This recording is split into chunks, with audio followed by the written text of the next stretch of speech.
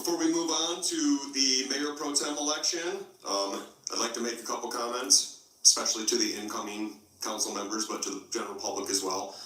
First of all, tonight's going to be my last meeting, so I will have my resignation letter on the next agenda. My wife and I are going to make a very spirited effort to get into our new home before Christmas. I think that would save us.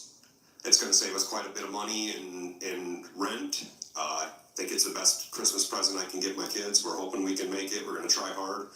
We might need some help moving. So, but as I said at the last meeting, or the meeting before that, this has been a huge honor for me.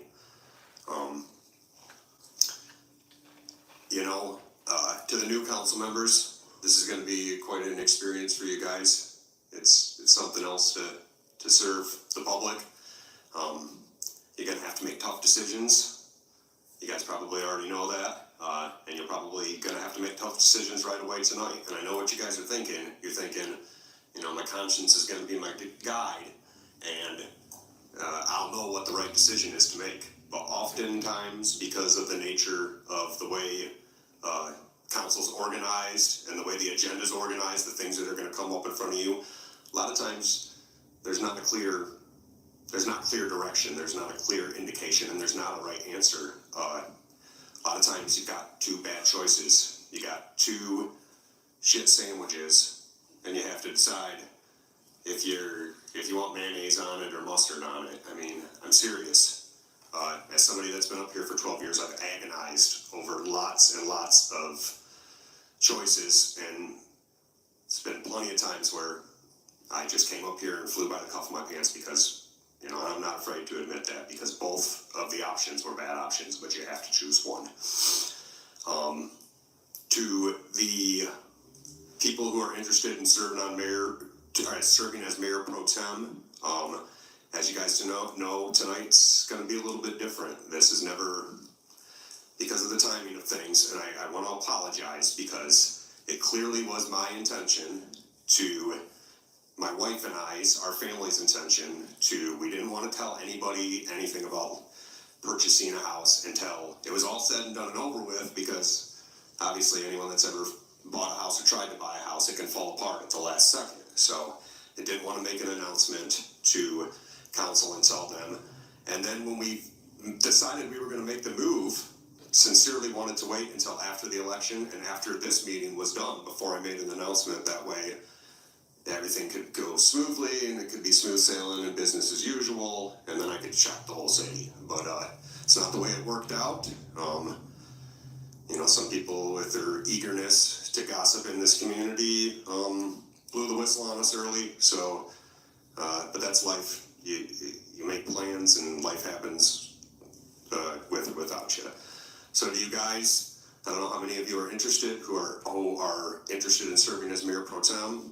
I just want to tell you a couple things. One thing is that Mayor doesn't serve on committees. So if you guys are interested in committee work, that's where the work happens. That's where decisions are made that come before council. This isn't something I'd move forward with. And the reason that the mayor doesn't serve on committees is because I've always felt it was a balance. The mayor makes appointments to committees, and you're going to put yourself on all the committees you want to be on. The way I've always done committees in the past is the council members with the most tenure get their first choice at committees. So if you're new to council, you might be left with scraps, picking up, you learn along the way. So that's one thing to keep in mind. The other thing to keep in mind is when you're in this seat, you lose all plausible deniability. You answer for every decision that's made up here. It doesn't fly with the public that, I didn't vote for that. That was council's decision. The public doesn't care. They hold you accountable for whatever decisions are made up here.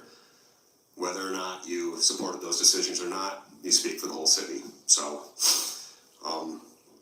something else I wanted to mention was my whole time that I've been here, it's always been my dream, and I think the dream of the city, that we saw more young families moving to Hillsdale. I always thought that would be the future of the city of Hillsdale. And that's something that in the past few years that we've seen a lot of, and we've got young guys that just got elected to council. So that tells me we're moving in the right direction. But I also see this kind of like strain in the community that some of these young people that are wanting to get involved are bad and they're right-wing extremists, and They are. it's very disheartening for me to see, because these young men that are starting to get involved in government, many that are running for council, that'll run for council in the future, they are the future of this community. So, you know, I think it's a great thing. I want to continue to encourage it, and it means something good for this community when we have young families that want to locate here, raise their children here. And I wish all, this effort to keep young people out of participating and to smear them as extremists. I'm not going to be here, but I hope that stops, because I think it's unproductive, and I think it's unfortunate, and I don't think it's fair, and I think it's inevitable that these are the people who are going to lead this community into the future. So, another thing I want to say is, I've seen, maybe this is a little off topic, but I've seen in this community a number of influential, powerful men. This is a phenomenon. I don't know if it's only something that's happening in Hillsdale, or if it's something that's happening all over the country. But with the advent of social media, I've seen a number of powerful, influential men in this community who use naive, impoverished, highly impressionable, over-emotional women to do their dirty work for them online. Yeah. I think it's gross. I'm disgusted by it. A man would not do that. That's something a pimp would do. So I hope that's something that stops. And if you think about it, there's a lot of men in this community that do it. There's a lot of men in positions in this community who don't have the balls to say things online, so they have middle-aged, lonely women do it for them. I think it's gross. Finally, last thing I want to say to the people of this town, don't cannibalize this community. This is another thing I see all the time. Hillsdale Hospital is the worst hospital in the world. It's a Band-Aid station. Hillsdale College is evil, it's corrupt, it's bad. All the businesses charge too much money. Everybody's doing something wrong. This is our community, and I don't think that's anything probably that's different about this community than any other community. But don't do that to this community. This is a good community, and thank you. I appreciate my time here as mayor, and we'll move.